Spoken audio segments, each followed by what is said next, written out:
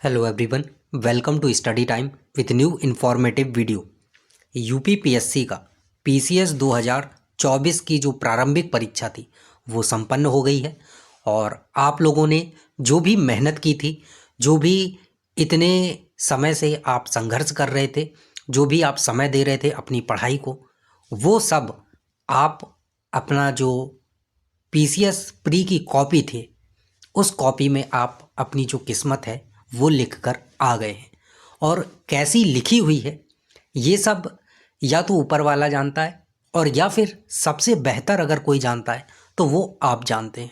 अगर आपने सच में ईमानदारी से और अच्छे से जो मेहनत है वो की है, और अगर थोड़ा बहुत यहाँ वहाँ ये सारी चीज़ें हो जाती हैं तो कोई नहीं, आगे बहुत सारे जो मौके हैं वो आपके लिए हैं, ताकि आप इससे भी बेहतर कुछ अच्छा जो है वो कर सकें।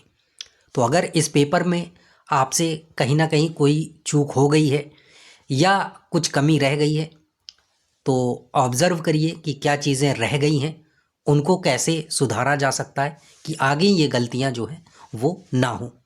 और अगर आपका पेपर अच्छा हुआ है, और उम्मीद है अच्छा ही हुआ होगा अगर आपने पूरी ईमानदारी के साथ अपना जो समय है वो इसे दिया होगा, तो यहाँ पर हम बात करें अगर एक्सपेक्टेड कट ऑफ की, कि समथिंग कितनी कट ऑफ जो है वो रह सकती है।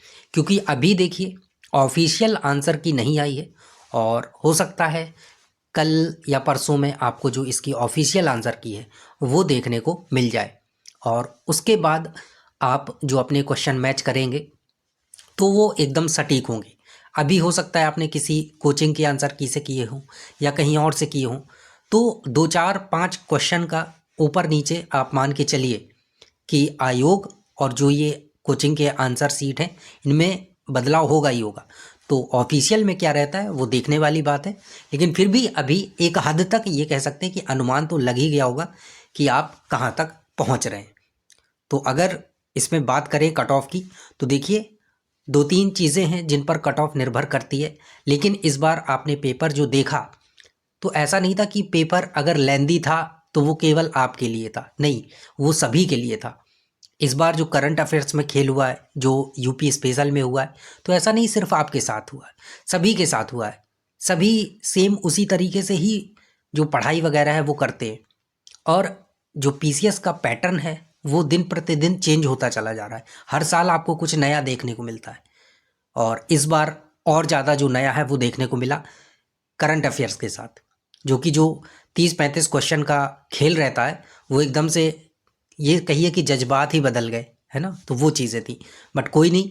जैसे पहले सीधा एक प्रश्न में आपसे जो करंट का क्वेश्चन है वो पूछा जाता था, इस बार 2 फैक्ट आपसे 3 फैक्ट लिए गए एक करंट के क्वेश्चन के लिए। यानी कि ये कहें कि यूपीएससी से भी बढ़ के ये आयोग है जो वो निकल गया। बट फिर भी आप अपना जो बेस्ट है वो देकर आए होंगे, और देखते हैं कि कट ऑफ क्या जाती है। और जो अभी एनालिसिस किया गया है कि समथिंग कट ऑफ एक्सपेक्टेड कितना रह सकता है वो यहाँ पर आपको बताया जा रहा है, जो सारी चीज़ें एनालिसिस करने के बाद।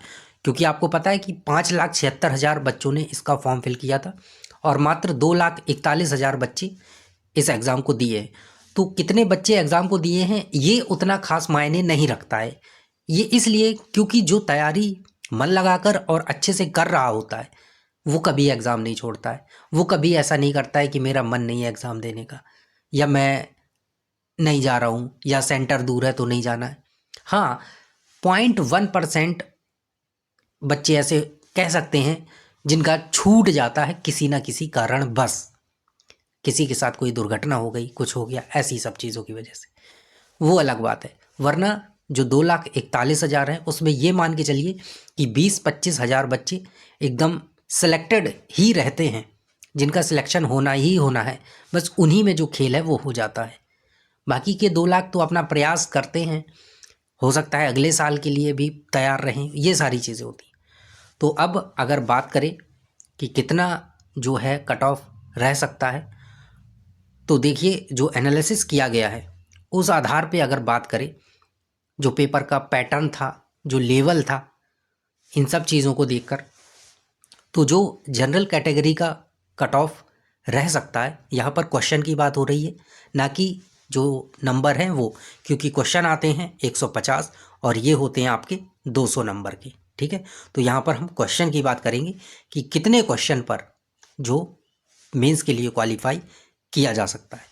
तो देखिए, अगर जनरल कैटेगरी की बात करें तो इसमें 75 क्वेश्चन अगर आपके सही हो रहे हैं तो आप एकदम ये मान के चलिए कि हाँ, आप मेंस के लिए तैयार हैं और आगे आपको मेंस की तैयारी में अभी से जो है वो लग जाना है।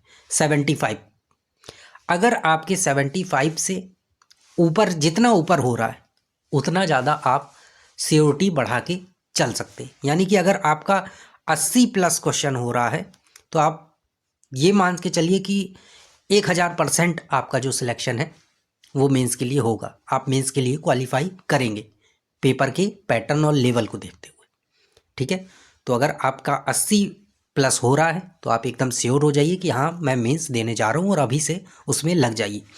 और अगर आपका 80 से थोड़ा नीचे है तो यानी कि 75 की समथिंग, तो थोड़ी सी स्थिति 99.99% की कह सकते हैं, यानी कि चांसेस बहुत ज़्यादा हैं कि मेंस आप क्वालिफाई कर लेंगे। यानी कि जो कट ऑफ है वो 75 की समथिंग रह सकती है, लेकिन जितना ऊपर होंगे आपको बताया चांसेस उतने ज़्यादा बेहतर होंगे। तो ये चीज़ है, अगर 75 के नीचे हैं तो फिर थोड़ी सी संभावनाएं कम कह सकते हैं।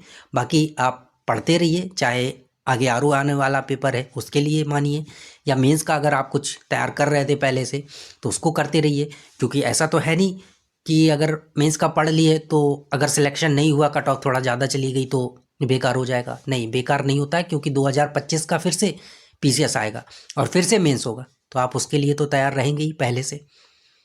तो ये चीज़ें। अब अगर बात की जाए, ये यहाँ पर जनरल कैटेगरी की बात की गई है, अगर अब ओबीसी की बात की जाए तो ओबीसी में भी यही सेम रहता है, कोई भी ऊपर नीचे देखने को आपको नहीं मिलेगा। और जो एससी और एसटी की कट ऑफ है उसमें ज़रूर आपको जो डिफरेंस है वो देखने को मिलेगा। और जो एससी एसटी की कट ऑफ है, ये अगर सबसे पहले एससी की बात करें कट ऑफ, तो ये समथिंग 65 क्वेश्चन के समथिंग रहने वाली है, और जो एसटी की है वो समथिंग 60 क्वेश्चन के समथिंग जो है वो रहने वाली है। तो अगर आप रिजर्व कैटेगरी से हैं तो ये सारी चीज़ें हैं, और अगर आप जर्नल हैं तो आपको बता ही दिया है कि एक्सपेक्टेड कट ऑफ जो है वो क्या रह सकती है।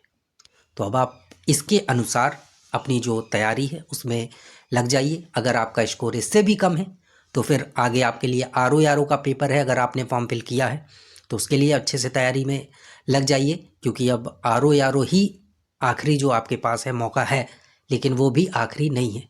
क्योंकि अगर आपने एक डायलॉग सुना होगा कि जब तक किसी चीज़ का अंत नहीं होता है तब तक वो चीज़ ख़त्म नहीं होती, और अगर आप सफल नहीं हुए तो तब तक समझ लीजिए कि अभी हम अंत है ही नहीं। ठीक है, तो अंत इस जर्नी का तभी होगा जब आप सफल हो जाएंगे। तो लगातार पढ़ते रहिए ईमानदारी के साथ। आगे आर का पेपर है, अगर आपका ये पीसीएस अच्छा नहीं हुआ है, 2025 वाला भी पीसीएस होगा, तो उसके लिए अभी से आप लोग लग जाइए ताकि फिर आपको पछताना ना पड़े। बाकी इसमें ऑफिशियल आंसर की आएगी तो देखते हैं कि उसमें क्या ऊपर नीचे होता है, किन क्वेश्चन को आयोग जो है अपनी तरीके से लेता है। तो चलिए मिलते हैं न्यू इन्फॉर्मेटिव वीडियो के साथ, और अभी तक आपने चैनल को सब्सक्राइब नहीं किया है तो चैनल को सब्सक्राइब ज़रूर कर लें ताकि ऐसी ही इन्फॉर्मेटिव वीडियोस लगातार आपको मिलती रहे। Thank you.